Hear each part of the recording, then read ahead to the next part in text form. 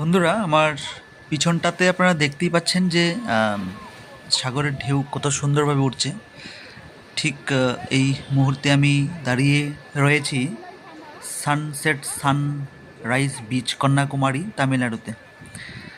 আর একেবারে সূর্যাস্তর মুহূর্তটায় আমি দাঁড়িয়ে পড়েছি। আপনারা আহ, আমার পেছনটায় দেখতেই পাচ্ছেন, এবং আপনাদেরকে দেখানোর জন্যই মূলত আমার এই জায়গাতে আসা। আর পেছনটায় রয়েছে বিভিন্ন মানুষজনরা, বিভিন্ন জায়গা থেকে মানুষজনরা বিভিন্ন প্রান্ত থেকে এই সানসেট সানরাইজ বিচ জায়গাটাতে এসছে দেখার জন্য। খুব একটা সুন্দর মুহূর্ত।